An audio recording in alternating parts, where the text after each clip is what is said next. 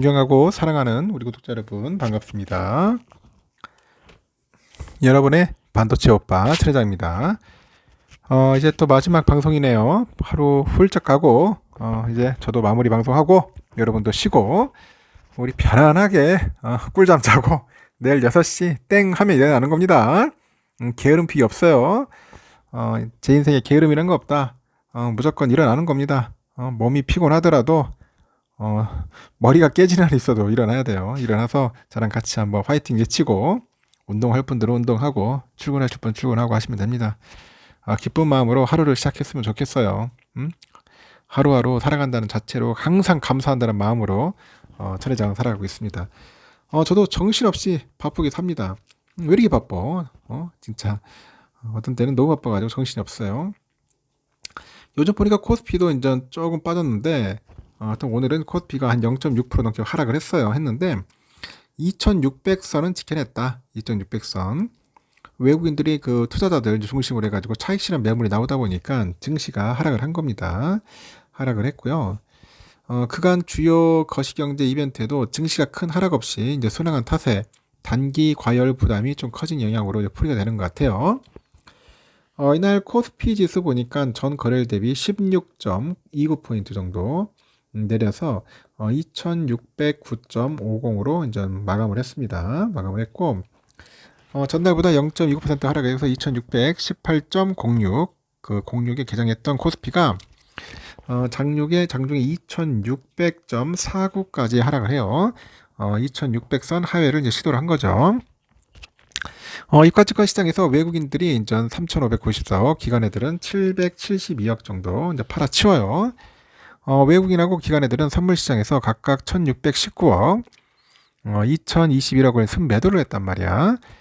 개미들은 4,295억을 순매수했어요. 4,295억을 순매수했다. 코스피 시가총액 상위 종목 보니까 대체로 하락을 했습니다.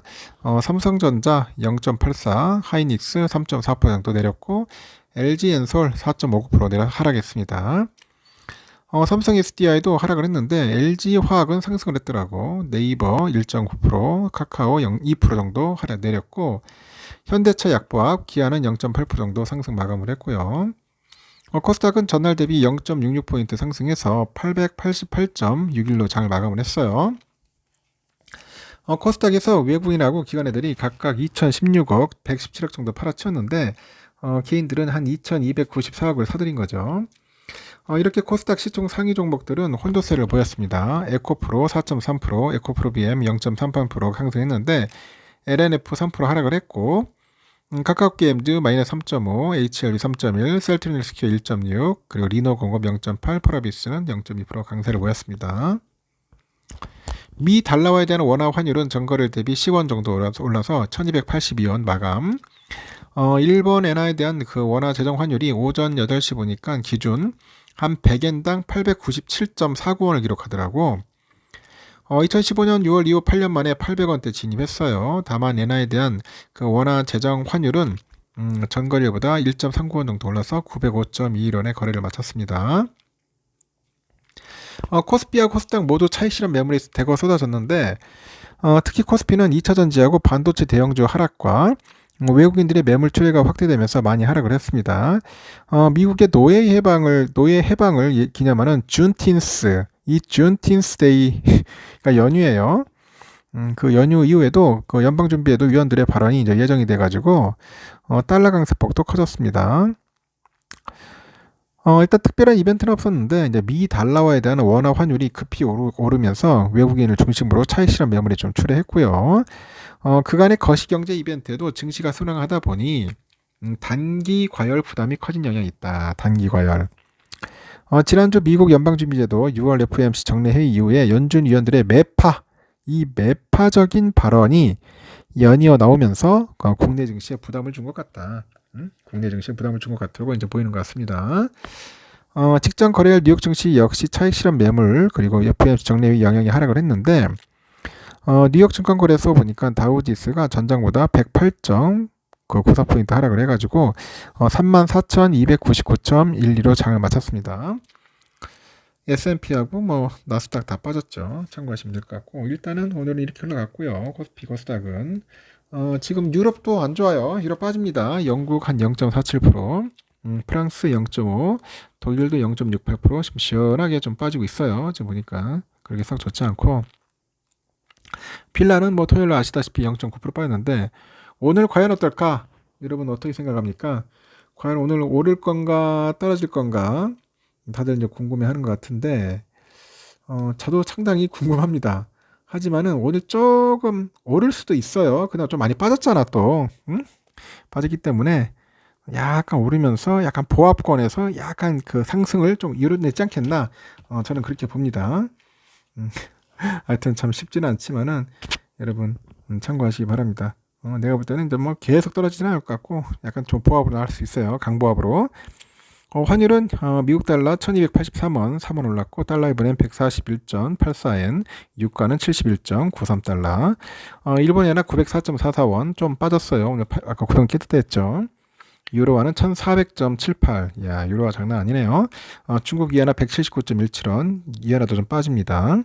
휘발유 1576.71원 소폭 하락. 국제금값 1971.2달러 상승. 국내 8416.28 하락을 했습니다. 미국 국채 10년물 보니까 3.7670이네. 흐름이 좀 그래. 3.8대까지 갔다가 다시 또 약간 빠지는 그런 모습을 보여주더라. 그렇게 보시면 될 것 같고, 선물도 좀 뭐 빠질 듯 말 듯 그래요. 지금 보니까 좀 빠지기는 하는 것 같은데, 좀 더 지켜봐야 할 것 같습니다. 현재 다우는 0.09% 정도 빠지고 있고, S&P 0.14, 나스닥 0.19, 러셀도 한 0.2% 정도 현재 빠지고 있다. 그렇게 보시면 될 것 같습니다. 약간 하락으로 내려가고 있어요. 우리의 삼성전자 71,200원까지 빠졌는데, 더 빠지겠느냐? 그렇지는 않을 것 같고요. 약간 좀 지저분한 그런 횡보를 보일 것 같아요.